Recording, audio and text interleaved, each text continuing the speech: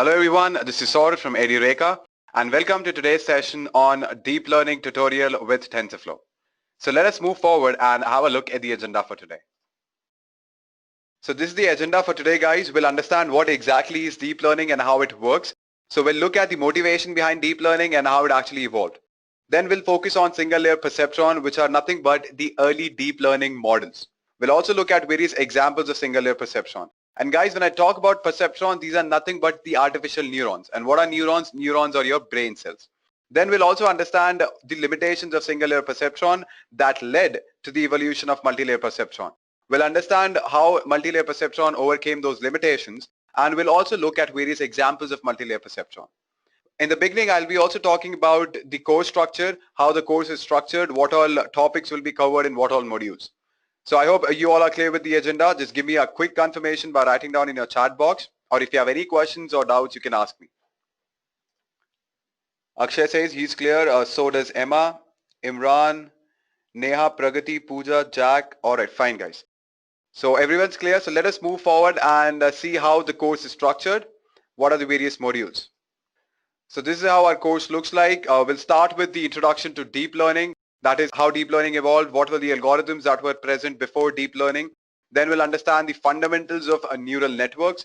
Neural networks are nothing but the networks that try to mimic your brain. Then we'll understand the fundamentals of deep networks. Deep networks are nothing but complex neural networks, or you can even say that these are subsets of neural networks. Then we'll introduce you to TensorFlow, which is nothing but a library of Python that is used for deep learning. Then we'll focus on various types of neural networks. First is convolutional neural networks that is used for image recognition. Then we'll focus on recurrent neural networks, and then finally RBM and autoencoders. So this is how our course will be structured. Fine guys, let us move forward and understand what all things we have understood so far. So guys, these are the things that we have studied in the previous session. We first understood why artificial intelligence, what is the need of artificial intelligence. Then we saw what exactly it is, and we also focused on various subsets of artificial intelligence, that is machine learning and deep learning. Then we understood how we came from machine learning to deep learning, and we saw what exactly is deep learning along with various applications of deep learning. So guys, we'll move forward now and understand what exactly is deep learning and how it works. So guys, let us understand deep learning with an analogy. So how do you think our brain is able to identify the difference between a dog and a cat? So the reason is, since the day we are born, we are actually seeing different types of cats and dogs in our day-to-day life. And because of that, we are able to identify the difference or spot the difference between the two, that is dog and a cat. Even if we see different types of cats and dogs, we still know which is a cat and which is a dog. So this is because we have seen a lot of cats and dogs in our entire life. But what if I want a machine to do that task for me? So how will a machine identify whether the given image is of a dog or a cat? So one way of doing that is we can train our machine to a lot of images of different cats and dogs, that is different breeds of cats and dogs. And then what will happen once our training is done, we can provide it with an input image. Then we'll manually extract certain features.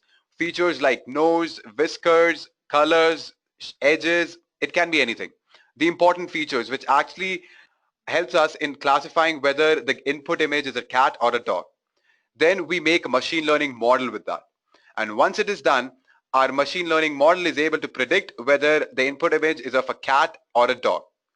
But if you notice here, one very big disadvantage with this is we have to manually extract features. Features such as nose, whiskers, all those features we have to manually extract it and provide it to our machine learning model.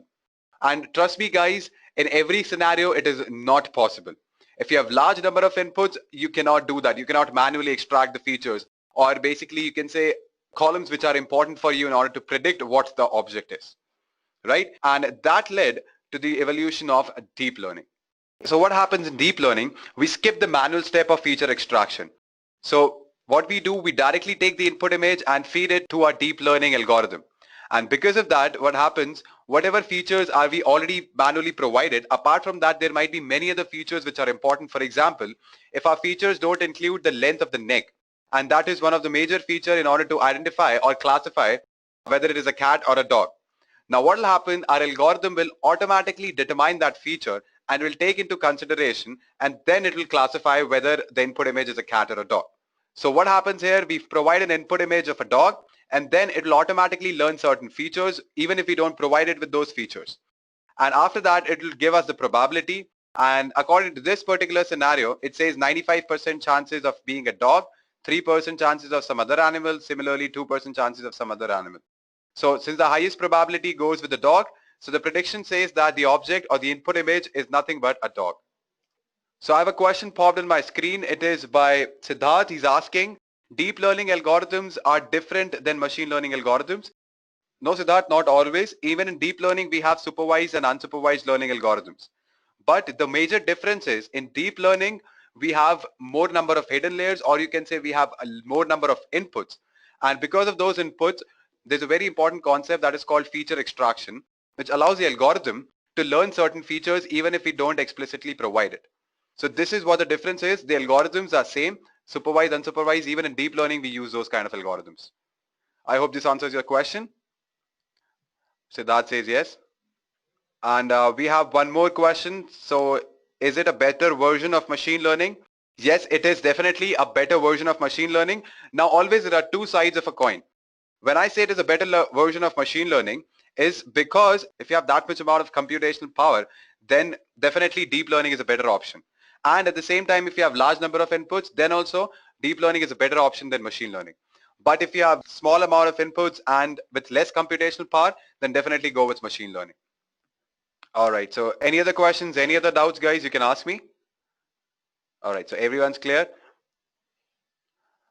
I have one more question. This is from Neha. She's asking, what do you exactly mean by feature extraction? All right, fine. Neha, I'll explain it to you.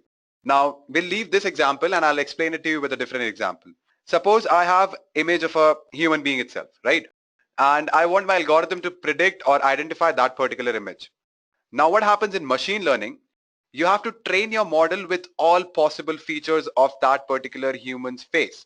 For example, edges, sharpness, colors, all those things. You have to provide all those features in order to make prediction or in order to identify that particular image in machine learning.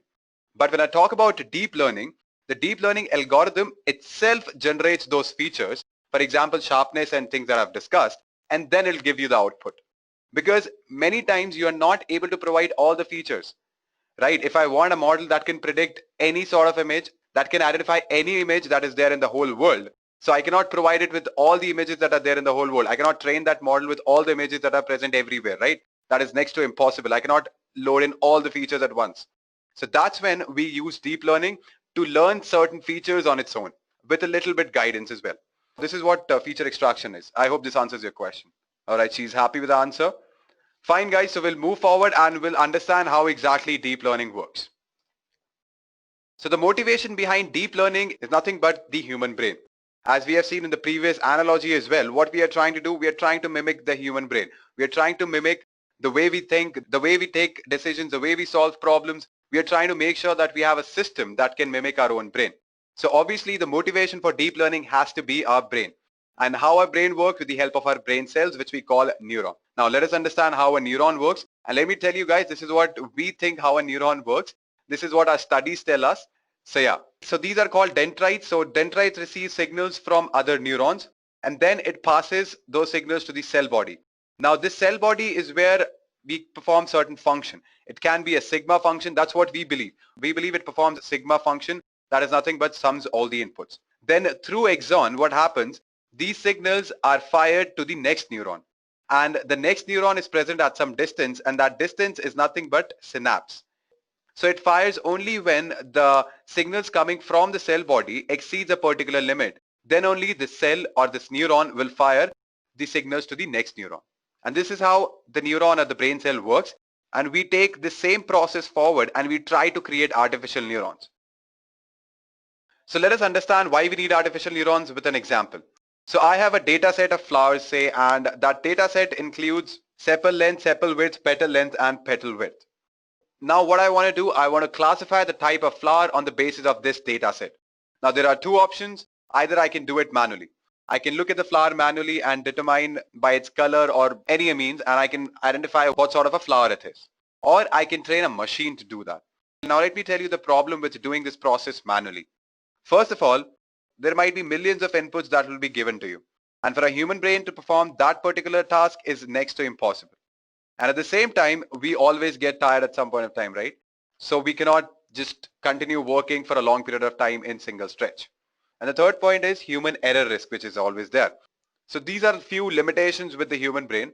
So what we can do, we can train a machine to do that task for us, or we can put our brain inside a machine so that it can classify the flowers for us.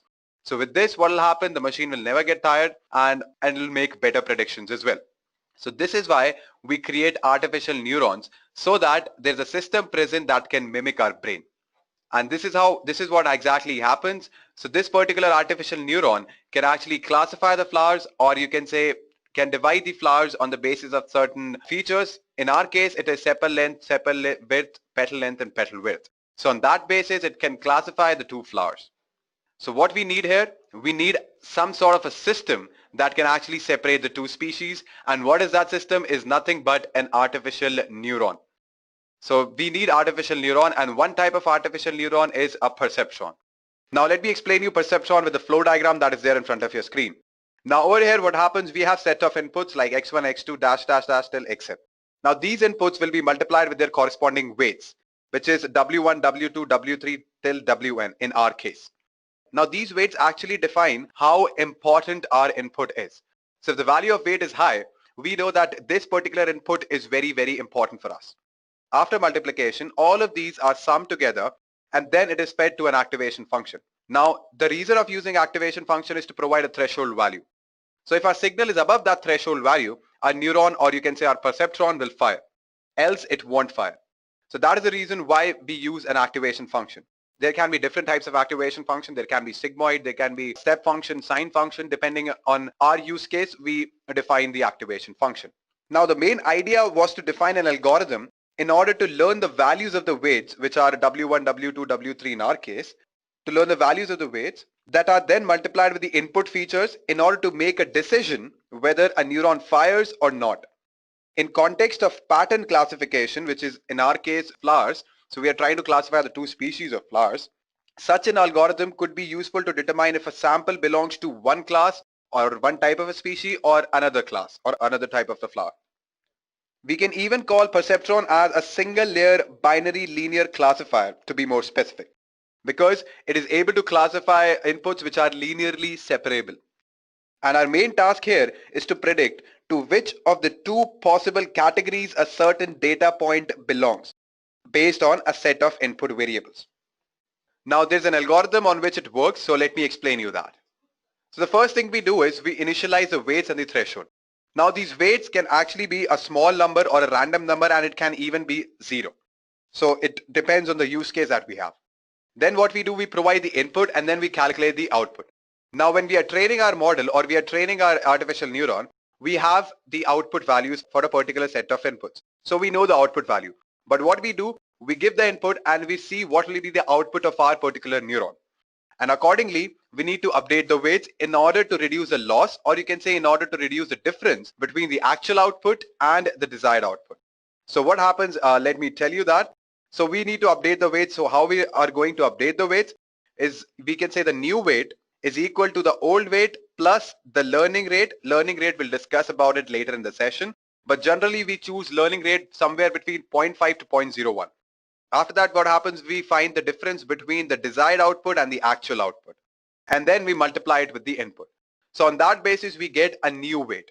So this is how we update the weights. And then what happens, we repeat the steps 2 and 3. So we are going to repeat the steps 2 and 3. That is, we are going to apply this new weight. Again, we are going to calculate the output. Again, we are going to compare it with the desired output. And if it matches, then it's fine. Otherwise, we are going to update it again. So this is how the whole perceptron learning algorithm works. And don't worry guys, I'm going to show it to you practically how it actually works in my PyCharm. Any questions, any doubts till here, you can ask me. So we have a question from Emma. She's asking how the artificial neuron is similar to the neuron that we have in our brain. All right, so that's a very interesting question. So let me go back to the perceptron structure that we have. So yeah, so over here what happens, you can consider these points as your dendrites. Say similar to your neuron, the brain cells. What we have multiple dendrites through which we receive multiple inputs. So you can consider these as dendrites. And through dendrites, it reaches to a cell body. So this transfer function can be considered as a cell body. So in this cell body, what happens? Some function is performed. In our case, it is a sigma function. Then what happens? It travels through the axon. If it reaches to a particular value or it exceeds that particular value or the threshold value, then only our artificial neuron will fire, or you can say our perceptron will fire. So this is how we can actually relate it with the neuron or the brain cell that we have. And obviously we don't use any of these terms. So yeah, this is how we are trying to relate it with the actual neuron. So I hope this answers your question, Emma. All right, she's happy with the answer. Fine guys, so we'll move forward and we'll see the various types of activation functions. So these are the various types of activation functions that we use. Although there can be many more activation functions, again I'm telling it depends on your use case.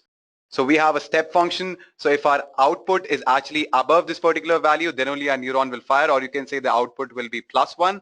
Or if it's less than this particular value, then we'll have no output, or we'll say 0 output. Similarly for the sigmoid function as well, and same goes for sine function. So I have a very interesting question from Emilia. She's asking why we choose only these sort of activation functions. All right, that's a very good question. Now let me tell you what happens. We are actually, since we are trying to mimic our brain, and our studies tell us that the same activation function is actually used in our brain as well, especially the sigmoid function. So our studies, or the doctors who have done the studies, they tell that the sigmoid function is what is there present in our neuron, in our brain. So we try to mimic that same thing. And at the same time, the reason for choosing sigmoid function is that it is easily differentiable. And if you differentiate it twice, you'll get back the same sigmoid function. I hope this answers your question, Emilia. All right, she's happy with the answer. Fine. Any other questions, any other doubts, guys? You can write it down in the chat box and I'll be happy to help you. Any questions? All right, fine. There are no questions. So let us move forward and we'll focus on various applications of this perceptron. Now, as I've told you earlier as well, it can be used to classify any linearly separable set of inputs. Now, let me explain to you with the diagram that is there in front of your screen. So we have different types of dogs and we have horses. And we want a line that can separate these two. So our first iteration will produce this sort of a line. But here we can notice that we have error here, as we have classified one of the horses as a dog and a dog as a horse. So error is 2 here. Similarly, what happens, we have updated the weights. Now after updating the weight, what happens, our error has reduced. So what happens now, we have actually classified all the horses correctly, but one dog we have classified wrong and we have considered it as a horse. So our error becomes 1. Once again, what will happen, if you can remember, the step 2 and 3 of our perceptron learning algorithm will be done. And then after that, our weights will be updated and our desired output will become equal to our actual output, and we get a line something like this. So what we have now, we have properly classified dogs and horses. So this line separates both of them. This is how we can actually use a single layer perceptron in order to classify any linearly separable set of inputs. Now we can even use it in order to implement a logic gates. That is OR and AND. Now let me tell you how you can do that. First we'll look at OR gate.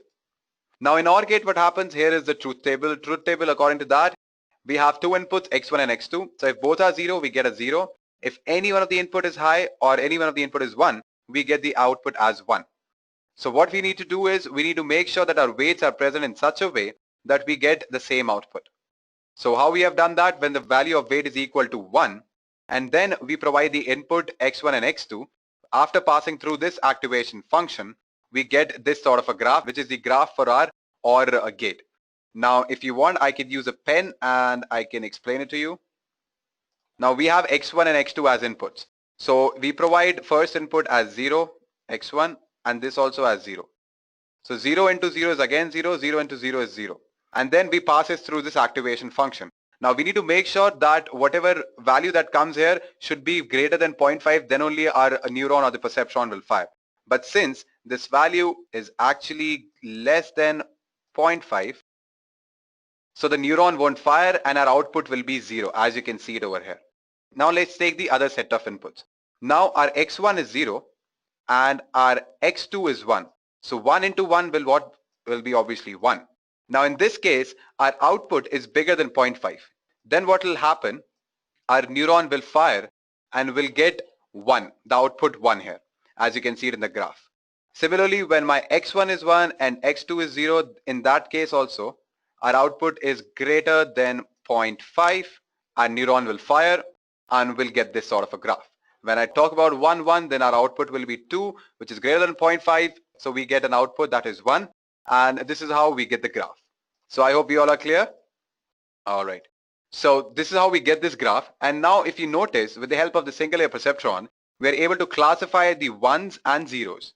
So this line, anything above this line is actually 1, and anything below this line we have zeros. So this is how we are able to classify or able to implement OR gate. Similarly, when I talk about AND gate as well, so there's a difference in the truth table of AND gate. In AND gate, what happens, we need to make sure that both of our inputs are high in order to get a high output. If any of the input is low, we get a low output. And that's the reason we choose an activation function that is 1.5, which means that if our value or the output is above 1.5, then only our neuron will fire and we'll get 1 here. And there is only one case, that is when both the inputs are high.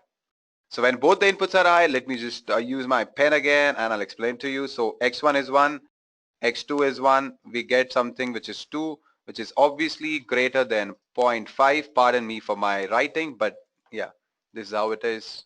Yeah. So 1 plus 1, 2, which is obviously greater than 0.5. So what we get, our neuron fires and we get 1 here. But for the rest of the inputs, all will be less than 1.5. So that is why our neuron doesn't fire and we get a 0 output. Don't worry guys, I'll actually tell you how to implement it. I'll open my PyCharm and I'll be showing it to you practically how to implement these gates. So for that, what I'm going to do is I'm going to first import a Python library called TensorFlow. The installation guide of this particular library is present in an LMS for both Windows as well as for Linux. So you can just go through it and it's very easy to install that. And I'll actually execute this practically later in the session. You don't need to worry about it. So this is how we can implement AND and OR gate.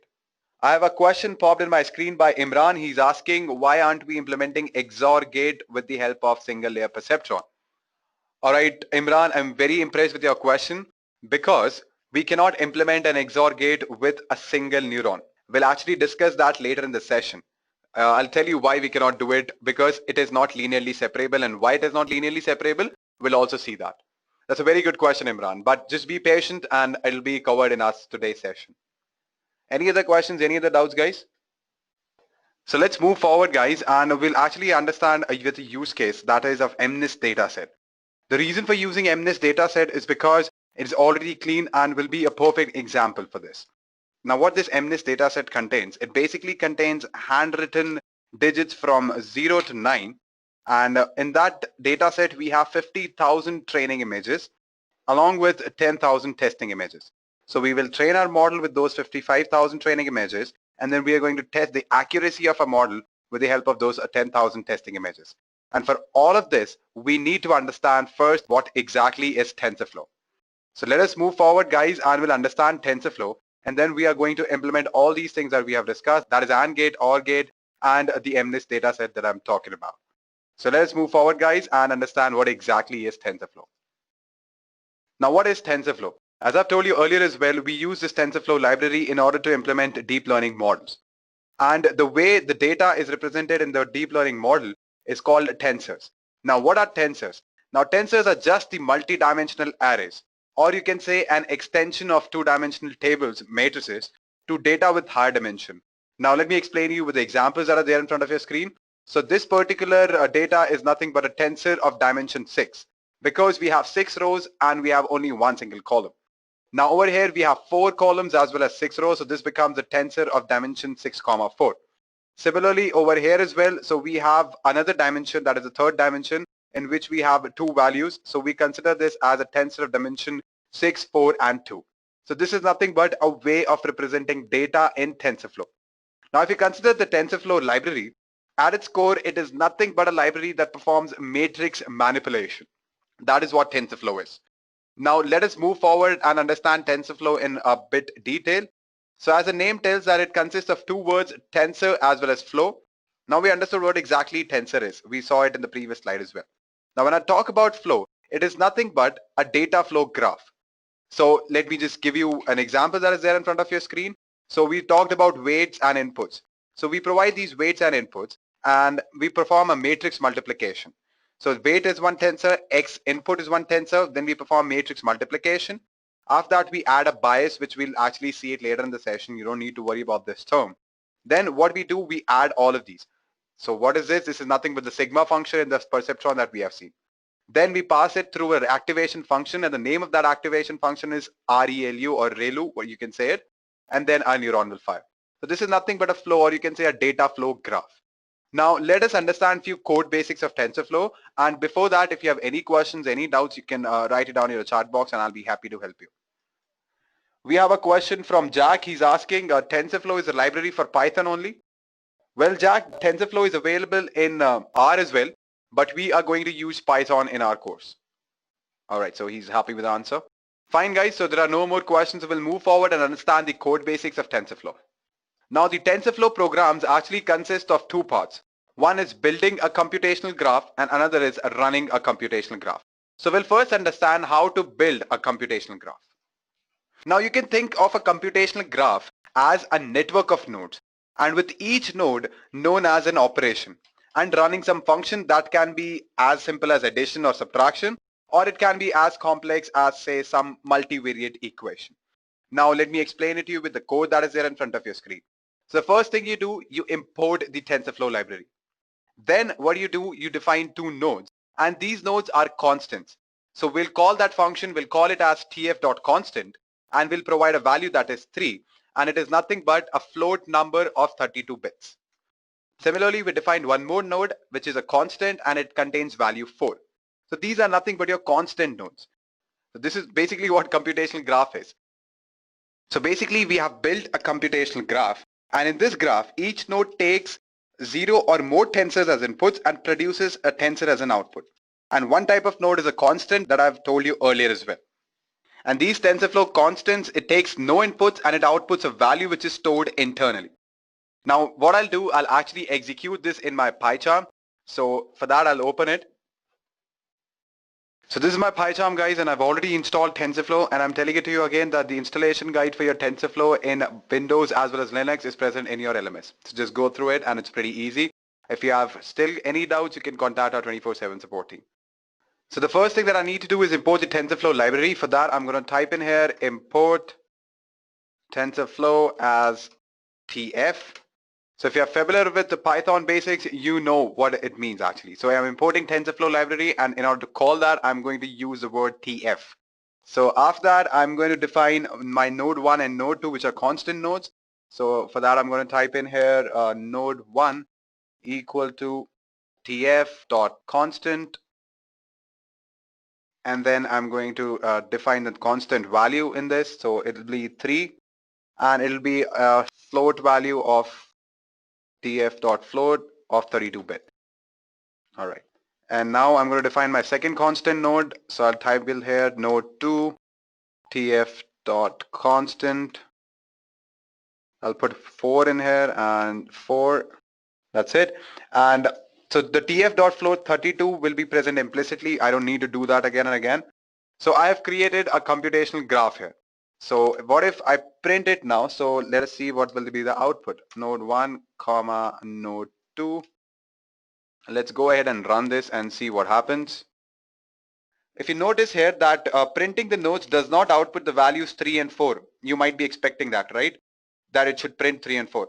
But instead they are nodes that when evaluated would produce 3 and 4 respectively. So to actually evaluate the nodes, what we need to do is we need to run this computational graph. So let me show you that. For that, I'm again going to open the slides. So since I've told you earlier as well, we need to actually run this computational graph within a session. And what is this session? Its session actually encapsulates the control and state of the TensorFlow runtime. Now the code that is there in front of your screen, what it will do, it will actually create a session object, and then it invokes its run method to run enough of the computational graph in order to evaluate node 1 and node 2. And how it does that? By running the computational graph in a session. So now let me show it to you practically how it happens. So again, I'm going to open my PyCharm. This is my PyCharm, guys. So let me first comment this print statement, and now I'm going to run a session. So for that, I'm going to type in here ses equal to tf dot session, and now I'm going to print it. So for that, I'm going to type in print ses dot run. And what I want to run node 1 and node 2. So I'm going to type in here node 1 comma node 2. That's all. And now when I run this, it will actually give me the value 3 and 4. And yup, it does. It gives me the value 3 and 4. So what we did, we first built a computational graph.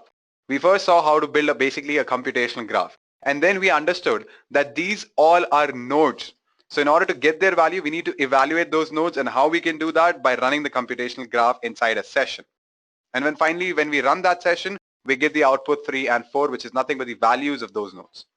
So any questions, any doubts till here, guys, how to build a computational graph and how to actually run the session?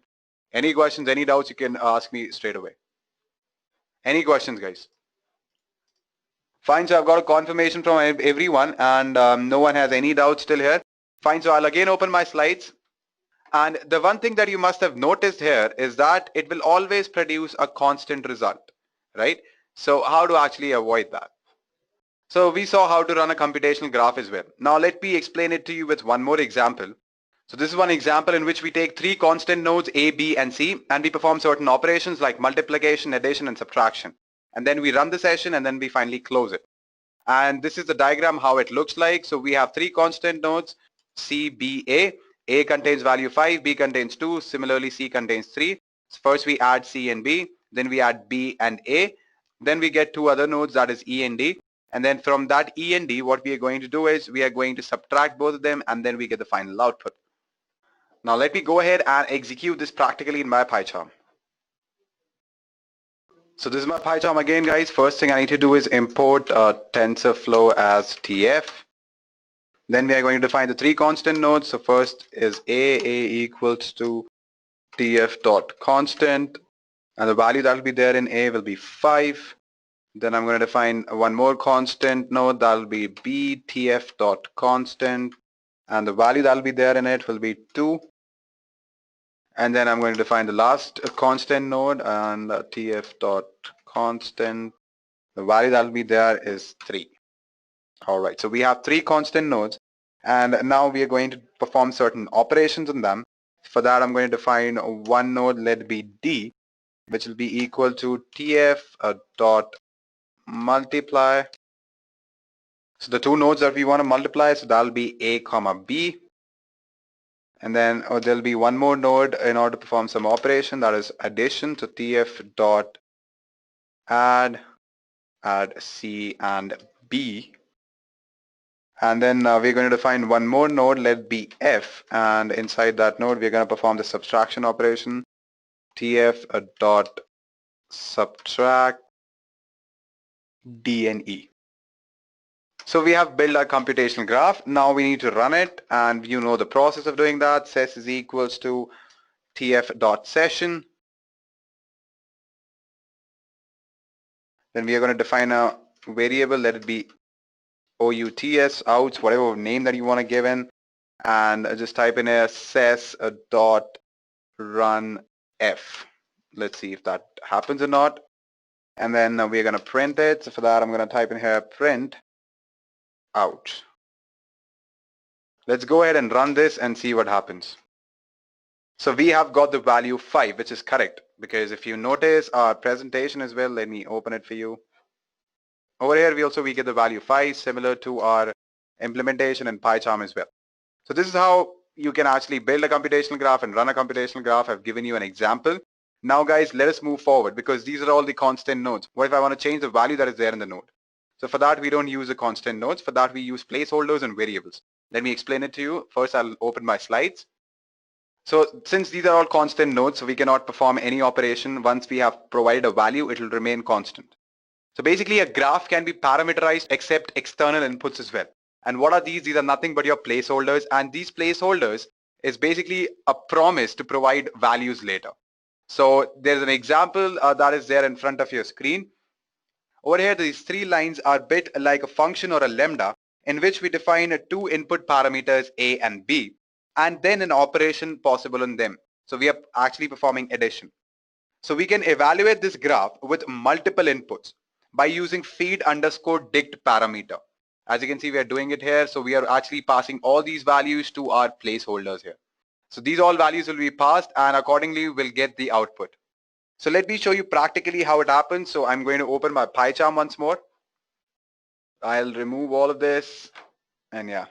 So the first placeholder, I'm going to name it as A, TF dot placeholder, and what sort of a placeholder it'll be, so I'll consider it as float number of 32 bits. Similarly, I'm going to define one more variable as well, and I'm going to name it as B. Then I'm going to define an operation that I'm going to perform on them, so I'm just going to type in here adder underscore node equals to A plus B. And now our placeholders are currently empty. So as I told you earlier as well, placeholders are nothing but a promise in order to feed values later.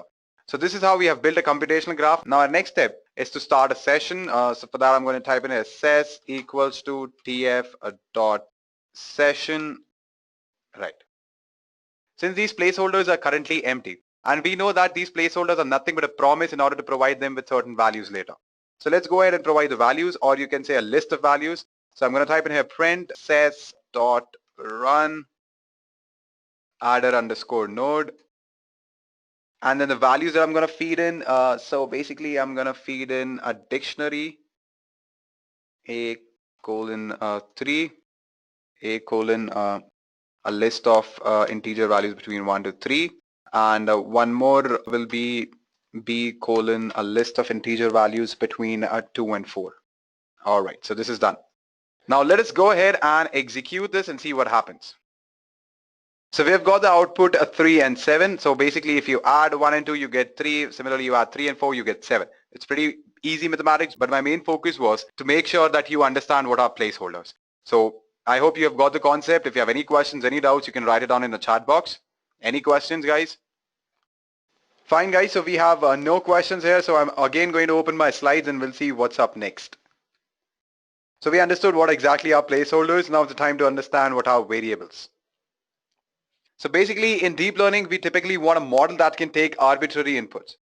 Now, in order to make the model trainable, we need to able to modify the graph to get new outputs with the same input. And what helps us to do that? Variables basically allows us to add trainable parameters to our graph. So in order to declare variables, what we do is you can refer the code that is there in front of your screen. So we have taken two variables and one placeholder, and the first variable has a value 0.3, the another variable has minus 0.3, and the placeholder obviously it will remain empty, and then later on we feed in some values to it. Then we create a linear model, or you can say some operation in which we are going to multiply this W with X, and then we are going to add a bias or a B value to it. Then what we need to do is we need to initialize all the variables in the TensorFlow program. So for that, you must explicitly call a special operation, which is a tf.global variable initializer, and then just directly run the session. Now let us go ahead and execute this practically, guys. Let me remove all of this. Yeah. So our first variable will be a W, and we are going to call in tf.variable. And in that variable, we are going to store a value which is 0.3. And it is of a float type 32-bit. So just type in here tf.float 32. Yeah. Then we're going to define one more variable, let it be B. So I'm going to type in here tf.variable. And the value of this variable will be minus of 0.3. Again, it is float type of 32-bit. So just type in that tf.float 32. Now I'm going to define a placeholder that is X. X is equals to tf dot placeholder, and it is again a float type 32-bit.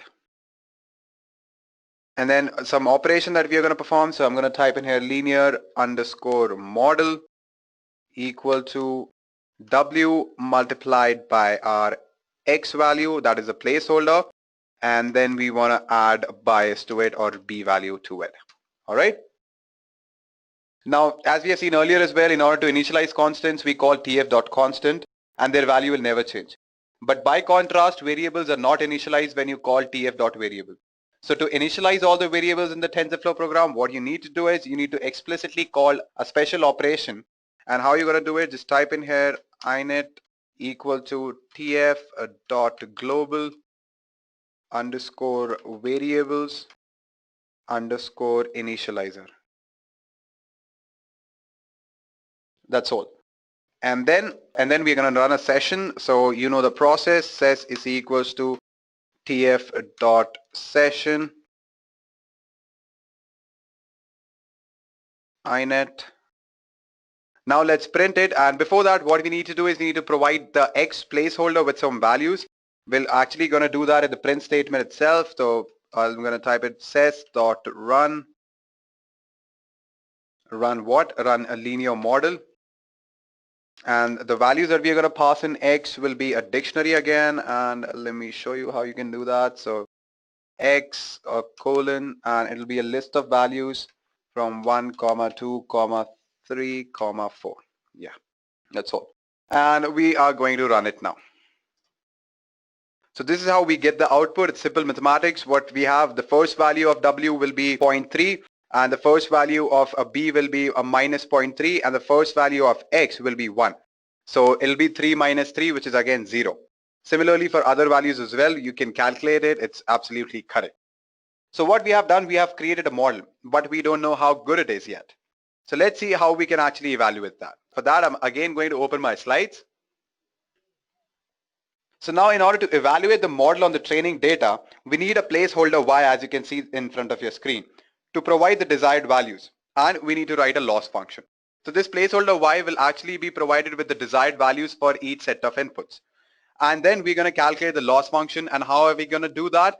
We're going to minus the actual output with the desired output, and then we're going to do the square of it. After that, we're going to sum all of these squared deltas, and then we're going to define one single scalar as loss. So this is how we are actually gonna calculate the loss, and then after that we need to provide the values to x and y placeholders. So what I'm gonna do, I'm going to open my PyCharm, and then I'm going to show you how correct our model is on the basis of the values that we provide to y placeholder. So guys, this is my PyCharm again, and since here what I'm gonna do is I'm gonna define a placeholder first. Y is equals to tf.placeholder tf.float32. So I'm going to type in a tf.float32 square delta. I've explained you all these things, but yeah, I'm going to tell it to you again as well. Don't worry about it. tf.square the actual output minus the desired output, and then I'm going to sum all of those losses, or you can say square deltas. tf.reduce underscore sum. So I'm going to type in here square deltas. Then finally print it. So I'm going to type in ses.run loss x colon 1 comma 2 comma 3 comma 4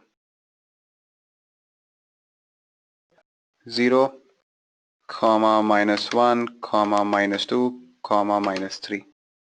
And that's all, and we are good to go. Let's run it and see what will be the loss. So the loss is 23.66, which is very, very bad. Now our next step is to realize how to actually reduce this loss. So let's go ahead with that. I'm going to open my slides once more.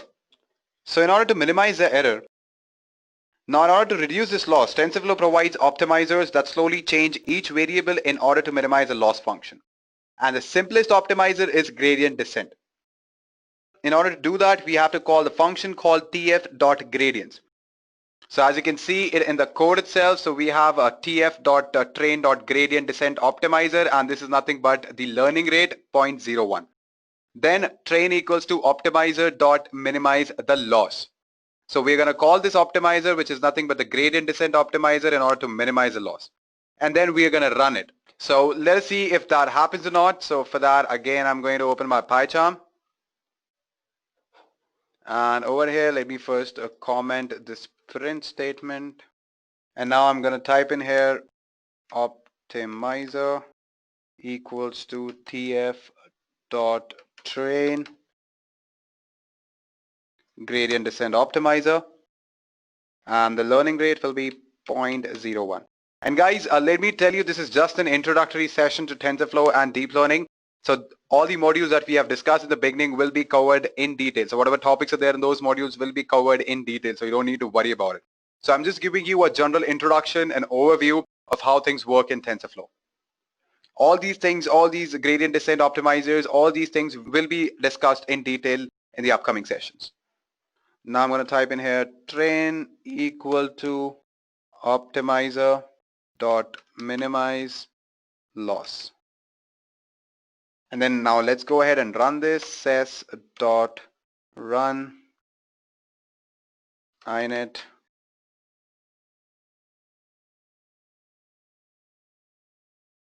ses dot run, and we're going to feed in values to our x and y placeholders. Train comma x will have values 1 2 3 4 and y will have values 0 comma -1 comma -2 comma -3. Print ses dot run w comma p. Now let me first go ahead and comment these lines. Alright, so I've just made a mistake here. This is in uppercase W, and yeah. So now we are good to go, and let's run this and see what happens. So these are our final model parameters. So the value of a W will be around 0.999969 and the value of our B will be around 0.9999082. So this is how we actually build a model, and then we evaluate how good it is, and then we try to optimize it in the best way possible. So I've just given you a general overview of how things works in TensorFlow, and in the later modules or in the upcoming sessions, we're actually going to discuss TensorFlow in much more detail.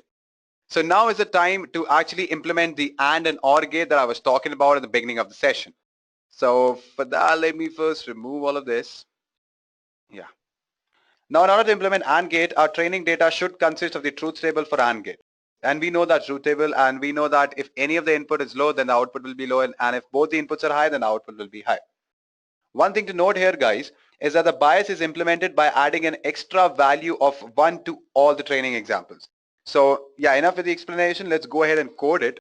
So I'm going to type in here t comma f equal to 1 point comma -1 point. And bias will always be 1. So I'm going to type in here bias is equals to 1.0. And now I'm going to provide the training data. So for that, I'm going to type in train underscore in equal to, if one input is true and the another input is also true, then we have bias. Then again, if one input is true, the other input is false, then also we have bias. Similarly, one input is false, another input is true, then we have bias. And then finally, when both the inputs are false or 0, then we have bias, right? This is our training data, and the train out will type in here as the output basically. Train underscore out will be equal to, so yeah, if both the inputs are true or both the inputs are 1, then the output is true. Oops, I forgot a comma everywhere. Let me just go ahead and do that. Yeah. So if both the inputs are true, the output will be true. If any of the input is false, the output will be false. So I'm just going to type in here false everywhere because there's only one condition in which we have the true output. All right, so this is done now.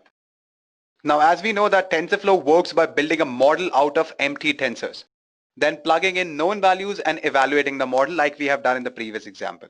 Since the training data that we have provided will remain constant, the only special TensorFlow object we have to worry about in this case is our 3x1 tensors of vectors.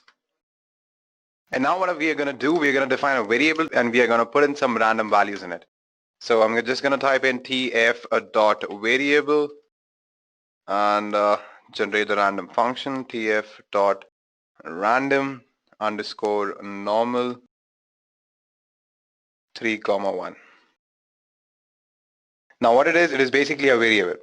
So its value may be changed on each evaluation of the model as we train, with all values initialized to normally distributed random numbers.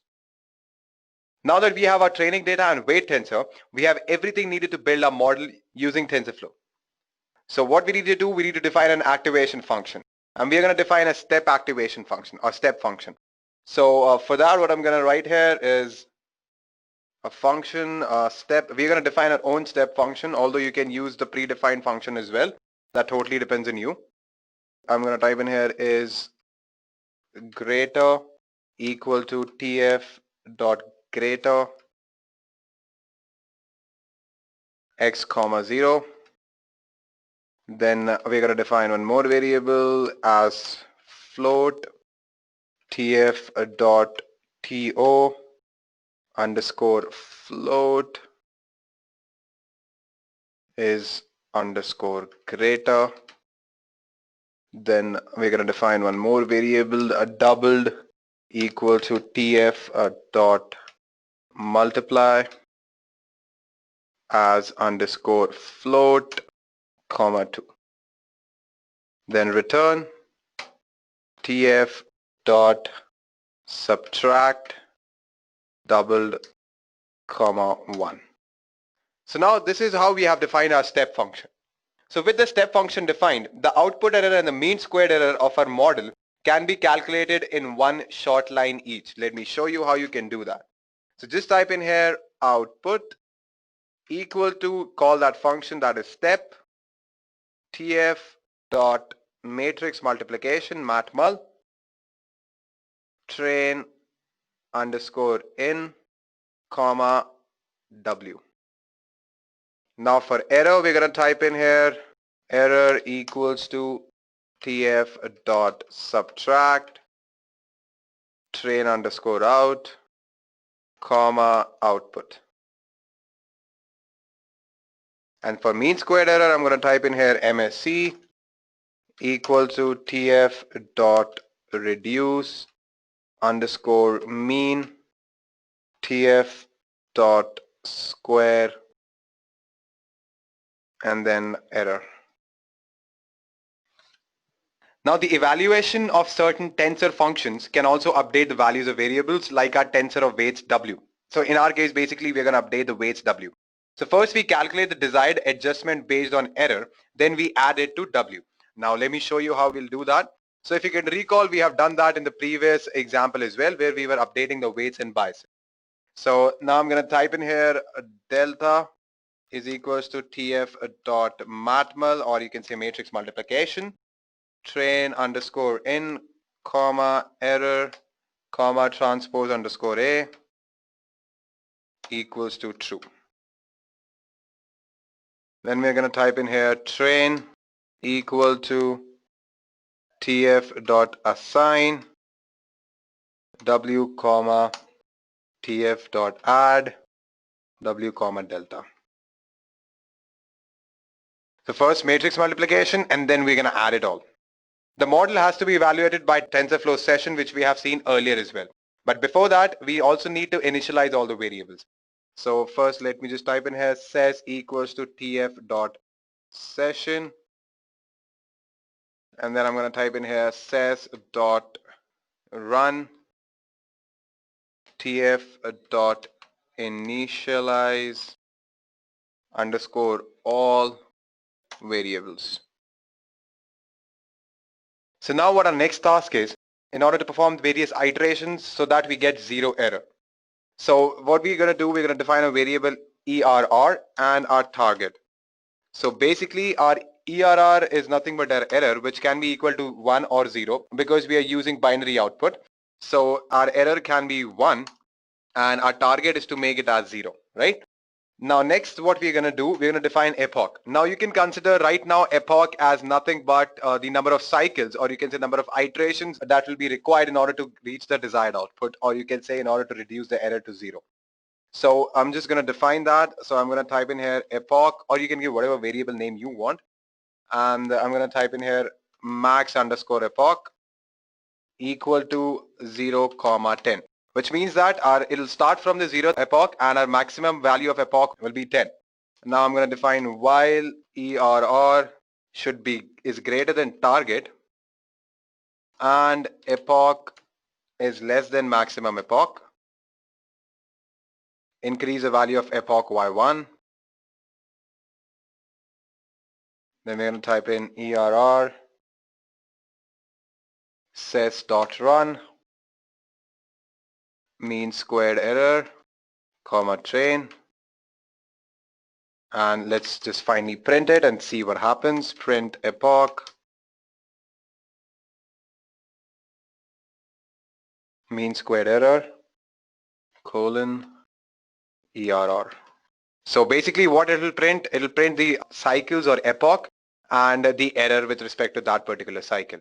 So let us go ahead and execute this and see what happens. Oops, I've typed the spelling of square wrong. Pardon me for that. So I'm just going to make it right now. SQUARE. All right, let's go ahead and execute it once more. So yeah, in 3 epochs, we got the value of mean squared error as 0. That means it took us 3 iterations in order to reduce the output to 0.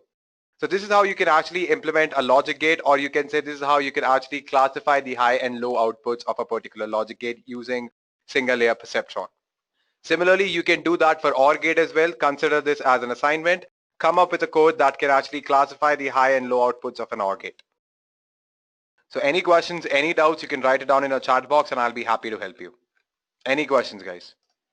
So we have no questions here, guys. So what I'm going to do, I'm going to create a new Python file and I'm going to name it as MNIST, which is nothing but the data set on which we are going to perform the classification of handwritten digits. So we're going to execute a use case, and I've told you earlier as well, in this MNIST data set, we have handwritten digits from 0 to 9, and it has 55,000 training sets as well as 10,000 test sets.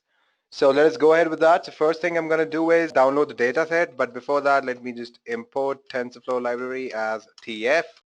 And yeah, now let us download the data set. So for that, I'm going to type in from tensorflow.examples.tutorial.mnist import input underscore data. And now I'm going to type in here mnist is equals to input underscore data underscore data dot read datasets. I'll type in here mnist underscore data comma 1 underscore hot equals to true.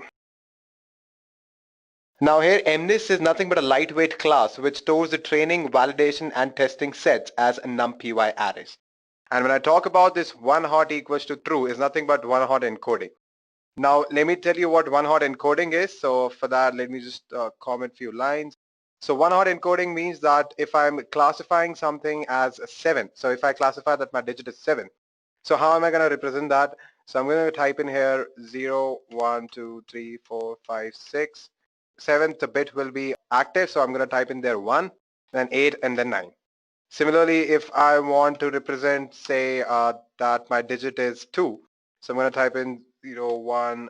On the second digit, I'm going to type in here as 1, and the rest all zeros. So I hope you got the concept of what exactly 1 hot encoding is. So it's like only one output is active at a time. That's all. And I'm telling it to you again and again, we are going to discuss everything in detail in the upcoming sessions. So our next step is to start the session like we do every time. So I'm going to type in here ses equals to tf dot interactive session. So I'm just going to type in here interactive session. Yeah. And now we're going to build the computation graph by creating nodes for the input images and target output classes. So for that, I'm going to define some placeholders. For that, I'm going to type in x is equals to tf dot placeholder tf dot float 32, and the shape will be none comma 784. Now the input images x will consist of 2D tensors of floating point numbers. Here we assign it a shape of say none comma 784, as you can see. So where 784 is the dimensionality of single flattened 28 by 28 pixel MNIST image of handwritten digits. And what none indicates, it indicates that the first dimension corresponding to the batch size can be of any size. Means the first dimension can be of any size. We are not putting any restrictions on that. Now I'm going to define variable y, which will be nothing but our real labels, or you can say the desired output. Placeholder and I'm going to type in here tf.float32, and I'm going to define the shape, which will be none, comma 10, because we have 10 classes. And similarly, Y is also a 2D array where each row is one hot 10-dimensional vector indicating which digit class the corresponding MNIST image belongs to. And now next step is to define weight and biases for our model like we have done in the previous example. So we could imagine treating these like additional inputs, but TensorFlow has even a better way to handle them, and what it is nothing but variables. So let us go ahead and do that. I'm going to type in here WTF.variable TF.zeros. I'm going to initialize it to zeros, and the shape will be a 784, 10. So it's like 28 cross 28 pixels and 10 classes. Similarly, when I talk about bias, so it'll be tf.variable tf.zeros, initialize it to zeros, and the shape will be 10. We pass the initial value for each parameter in the call to tf.variable. Now over here, as we can see that we initialize both W and B as tensors full of zeros.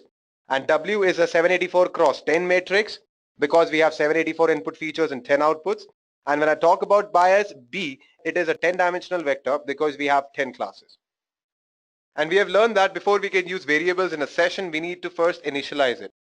So we're going to type it here, says a dot run, and after that I'm going to type in tf dot global underscore variables underscore initializer. Alright, so we have initialized all the variables. So our next task is to predict the class and the loss function. So we can now implement our regression model. It takes only one line. We multiply the vectorized input image X by the weight matrix W and add the bias. So for that, I'm just going to type in here Y equal to tf.matmul, that is nothing but matrix multiplication, X comma W plus B. All right. So now we can specify a loss function very easily. So the loss indicates how bad the model's prediction was on single example. We try to minimize that while training across all the examples. So now we can specify a loss function. Now loss indicates how bad the model's prediction was on a single example, and we try to minimize that while training across all the examples. Now here our loss function will be cross entropy, or you can say the difference between the actual output and the predicted output. So for that, what I'm going to do, I'm going to make use of softmax cross entropy function. So here the loss will be the difference between the target output and the actual output. So for that, what I'm going to do is I'm just going to type in here a variable name. I'm going to name it as cross entropy. And yeah, entropy equals to tf dot reduce underscore mean. And then just type in here, let me just enter the next line, tf dot nn dot softmax underscore cross entropy with logits. And now over here I'm going to type in first our target output, which will be labels equals to y, comma our actual output, so it'll be logits is equals to y. That's all. So over here, let me just give you a brief idea what is happening. So labels is equals to y means that this is our target output and this is the actual output. So it'll be, we'll name it as y underscore. And so what exactly is happening? It will calculate the difference between the target output and for the actual output for all the examples. Then it is going to sum all of them and then find out the mean. So this is what basically this cross entropy variable will do. Now that we have defined our model and training loss function, it is straightforward to train using TensorFlow. Now we need to train our model. So TensorFlow has a wide variety of built-in optimization algorithms, as I've told you earlier as well. And for this example, we'll use steepest gradient descent with a length of about 0.5 to descend the cross entropy. So basically we're going to use a 0.5 learning rate, or you can say the step length. So for that I'm going to type in here train underscore step equal to tf dot train dot gradient descent optimizer, and the step will be 0.5 and minimize the loss, so minimize cross entropy. That's it. So what this one line basically will do, it will minimize the cross entropy, which is nothing but the loss function that we have defined. Now in the next step, what we are going to do, we are going to load 100 training examples in each training iteration. So each time the training iteration happens, it'll take 100 examples. We then run the train underscore step operation, which is nothing but to reduce the error, using feed underscore dict, which is nothing but we are going to feed the real values to our placeholder y. Now next what we are going to do, we're going to load 100 training examples in each training iterations, which means that for each iteration we'll take 100 training examples and we'll run the train underscore step operation, which is nothing but the optimizer here. And after that, we are going to use a feed underscore dict to replace the placeholder tensors x and y with the training examples. So basically, x will contain the input images and y will contain the actual outputs, or you can say the desired outputs. For that, I'm going to type in here for underscore in range 1000 batch equals to mnist dot train dot next underscore batch 100 train underscore step dot run, and I'm going to feed in the values to x and y variable. Feed underscore dict equal to x colon batch 0 comma y colon batch 1. That's it. Now we need to evaluate our model. We need to figure out how well our model is doing, and for that I'm going to make use of tf.argmax function. Now this tf.argmax function, let me tell you how it works. First I'm going to type in here correct underscore prediction equals to tf.equal tf.argmax y underscore comma 1 comma tf.argmax y comma 1. So basically this tf.argmax y underscore comma 1 is a label our model thinks is most likely for each input. That means it is our predicted value. While tf.argmax y comma 1 is a true label. It is there in our dataset present already, and we know that it is true. So what we are doing, we are using tf.equal function to check if our actual prediction matches the desired prediction. So this is how it is working. So now what we're going to do, we're going to calculate the accuracy to determine what fraction are correct. We cast to floating point numbers and then take the mean and repeat. So now I'm going to define a variable for accuracy. So just going to type in accuracy equals to tf.reduce underscore mean, tf.cast correct underscore prediction, comma tf.float 32. And what we can do finally, we can evaluate our accuracy on the test data. And this should give us accuracy of about 90%. So let us see if that happens. So I'm going to type in here print accuracy dot evaluate eval feed underscore dict equal to x colon mnist dot test dot images comma y colon mnist dot test dot labels. That's it, guys. And I've done a mistake here. Instead of y, it will be y underscore, because this is our predicted value, not the actual value. And y we have considered as actual value, and this y underscore will be our predicted value. So this is the mistake that I made. So yeah, now I think the code looks pretty fine to me, and we can go ahead and run this. Let us see what happens when we run this.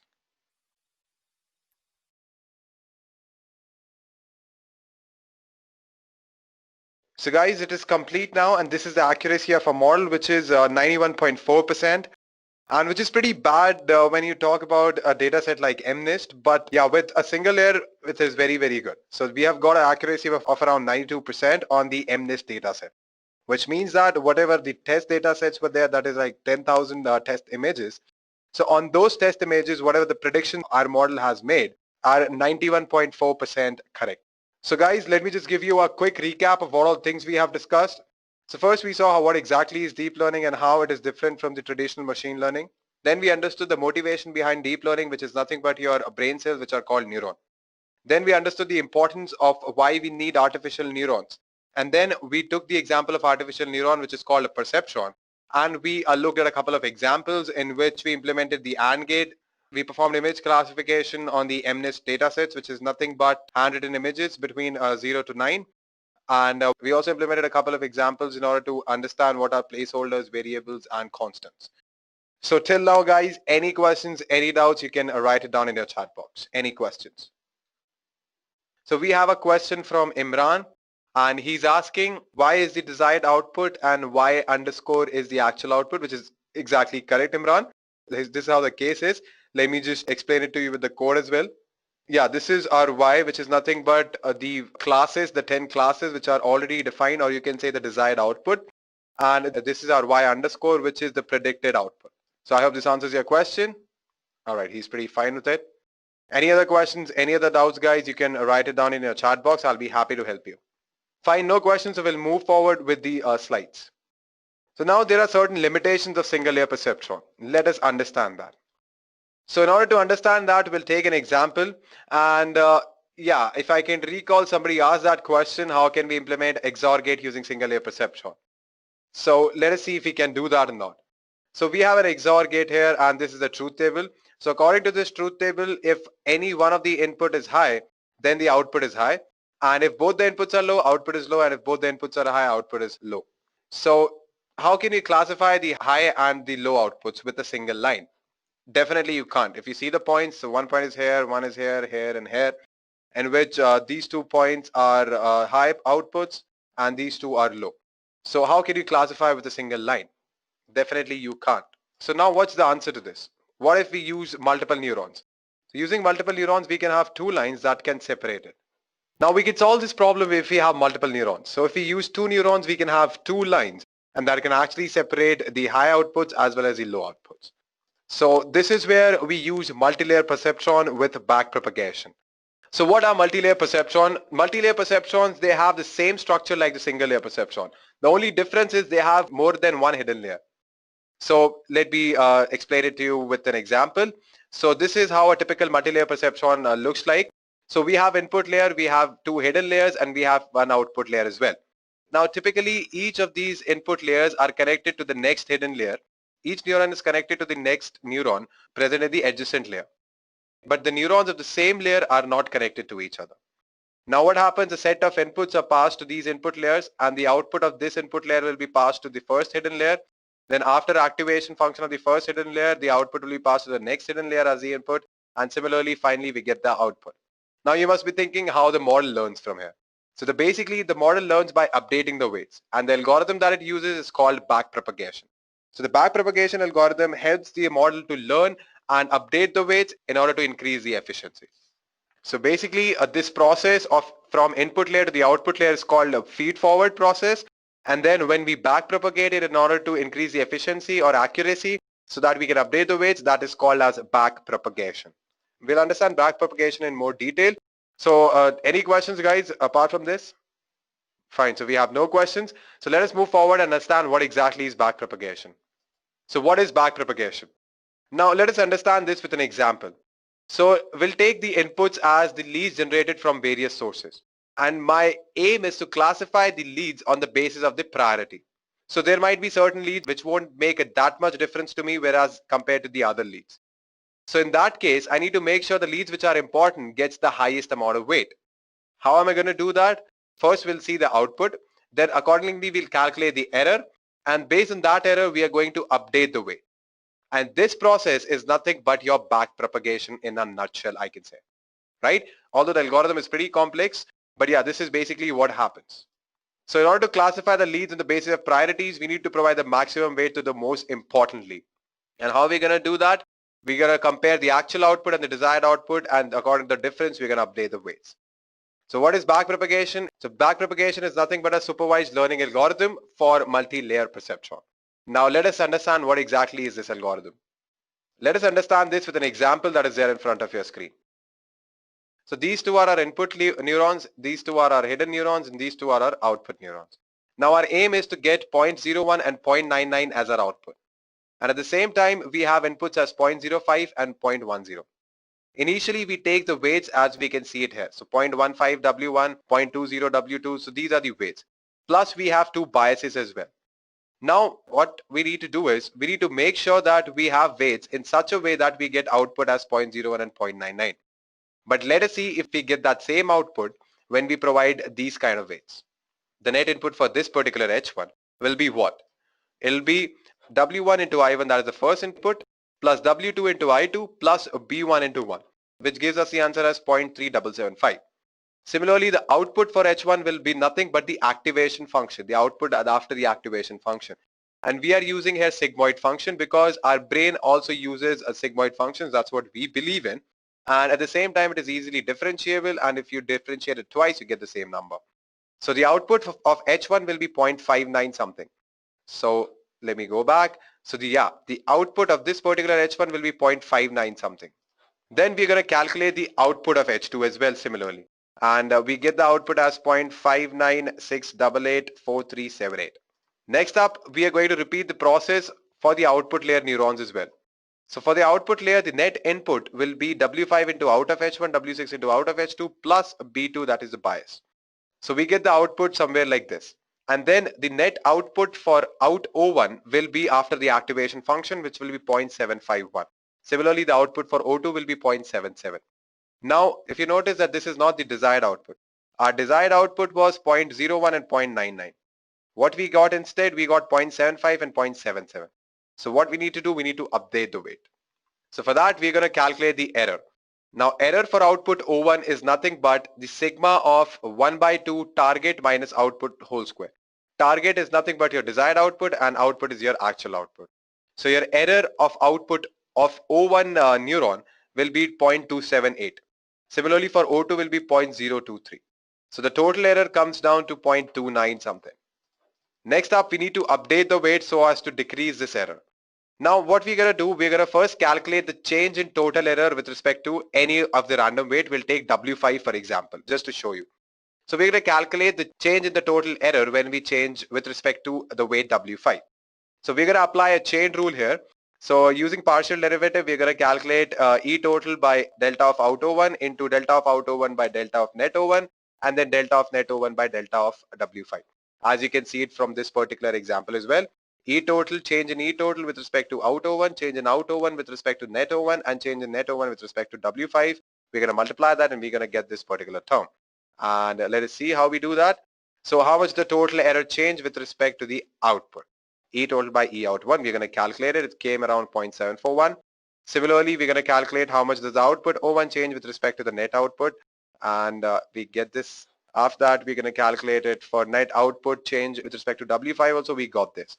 And then finally what we did, we put all these values together and we found out the change in the error with respect to the change in weight W5, which came to up around 0.082167041.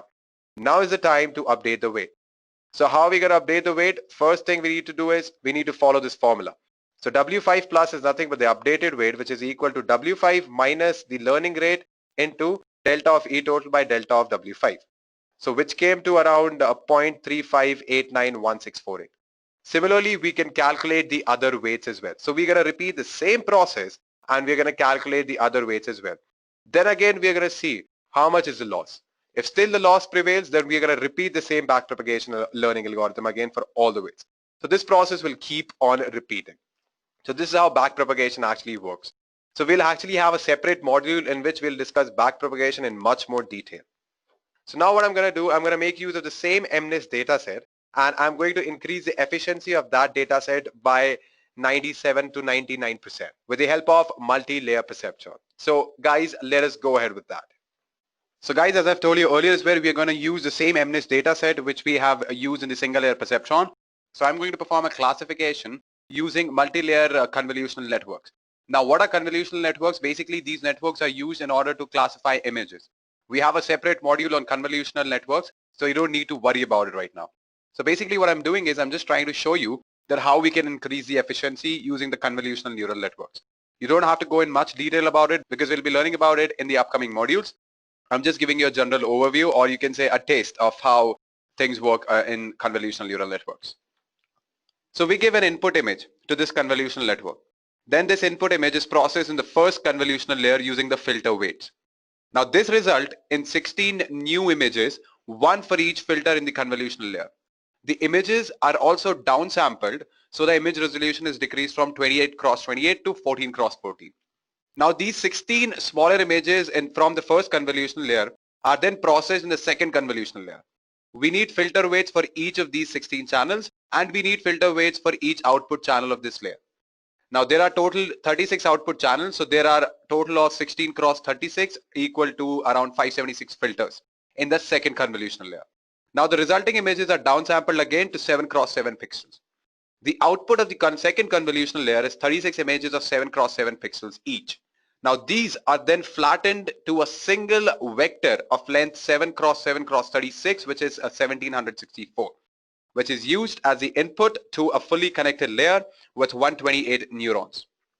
And this feeds into another fully connected layer with 10 neurons, one for each of the classes, which is used to determine the class of the image, that is, which number is depicted in the image. So whatever number that we provide in, so basically the output layer, or you can say the last layer or the fully connected layer with 10 neurons, is used to determine the class or which digit is the input image of. Now the input image depicts the number 7, and the 4 copies of the images are shown here. So basically what happens, whatever filter we have in each layer, it will be present on the image pixels. So there will be a dot product of the filter and the image pixel behind that. So we'll get a dot product there. We are going to repeat that same process in each of these layers, and for each of these layers and for each of these images.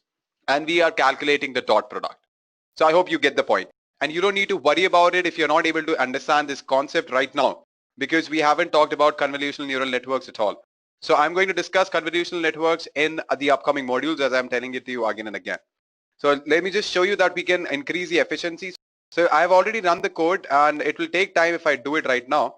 So this is what the efficiency we ended up with. So it is 98.8%. So on the test sets, we had around 10,000 test samples, out of which we predicted 9,876 correctly. So which is pretty good actually, if you see. So because in the single layer perceptron example that we took, we were getting accuracy of around 92%. But here we are getting around 99%, which is actually very good. All right. So this is all for today's session, guys. And if you have any questions or any doubts, you can write it down in your chat box. I'll be happy to help you. Pooja says, nice introduction. Thank you, Pooja. Siddharth says, amazing session. Thank you, Siddharth, for those kind words. All right, fine. So we have no questions here. So let me just give you a brief summary of what all things we have discussed till now. So these are the topics that we have covered in today's session.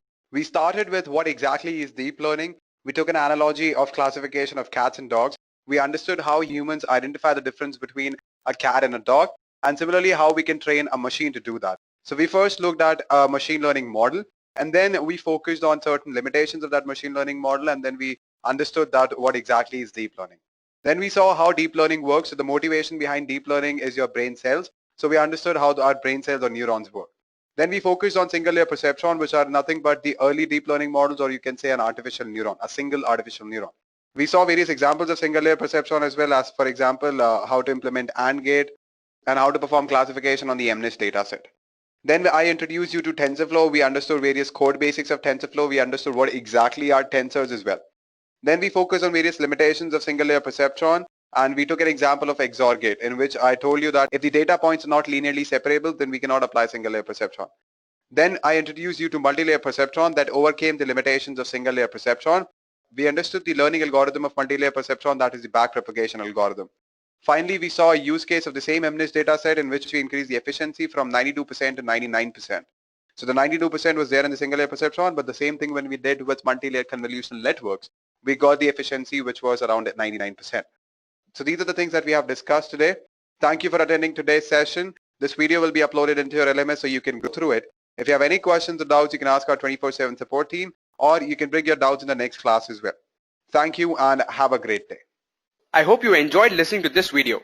Please be kind enough to like it, and you can comment any of your doubts and queries, and we will reply to them at the earliest. Do look out for more videos in our playlist and subscribe to our Edureka channel to learn more. Happy learning!